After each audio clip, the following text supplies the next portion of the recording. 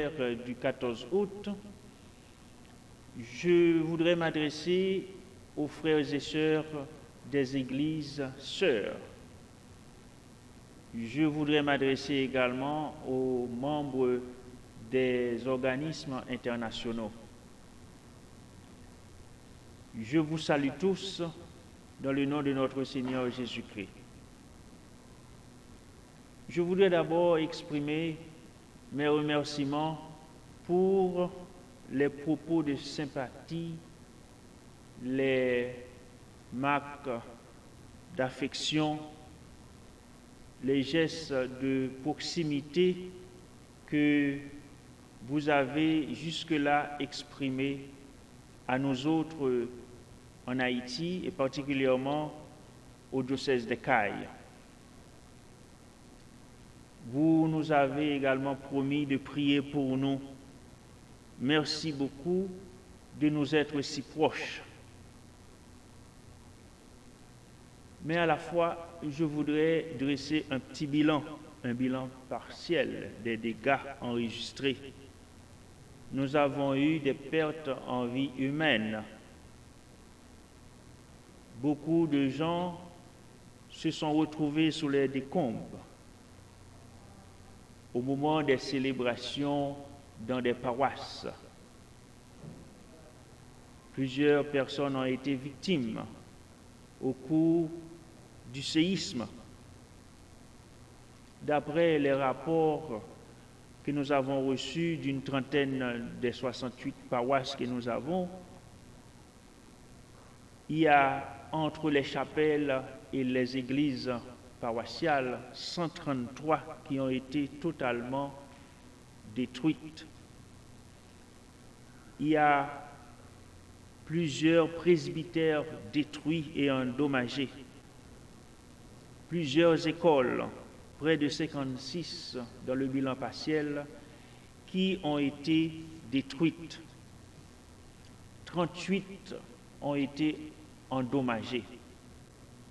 Le petit séminaire de Masno, qui est le berceau de la communauté des missionnaires Oblats de Marie Immaculée, ce petit séminaire a été également détruit à 90%.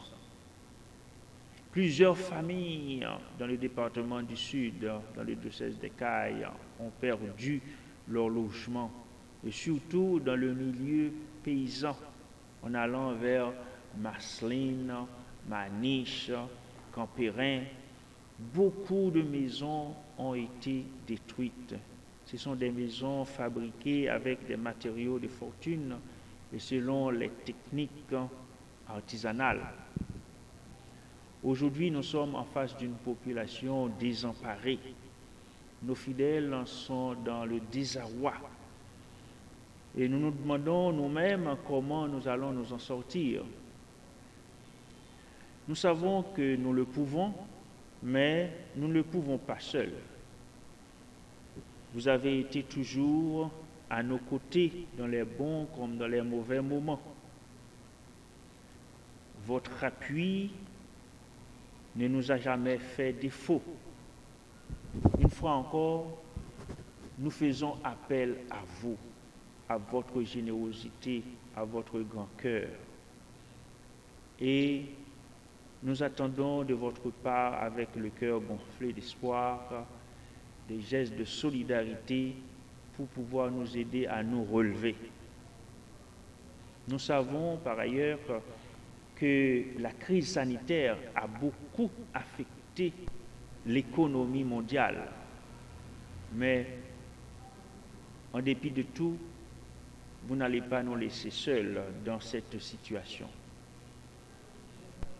Vous avez toujours pris soin de nous accompagner. Et c'est pourquoi nous comptons beaucoup sur vous. Nous prions pour que le Seigneur puisse nous aider à avoir les mains et les cœurs ouverts pour pouvoir nous accompagner, notre petit peuple avec beaucoup de générosité. La solidarité ecclésiale, c'est toujours cette solidarité qui nous aide à nous relever. Et c'est l'Église qui aide l'Église à construire les églises. Et c'est pourquoi nous comptons beaucoup sur vous. Que le Seigneur lui-même vous accorde sa bénédiction et vous aide à manifester sa générosité, sa proximité à notre endroit. Merci.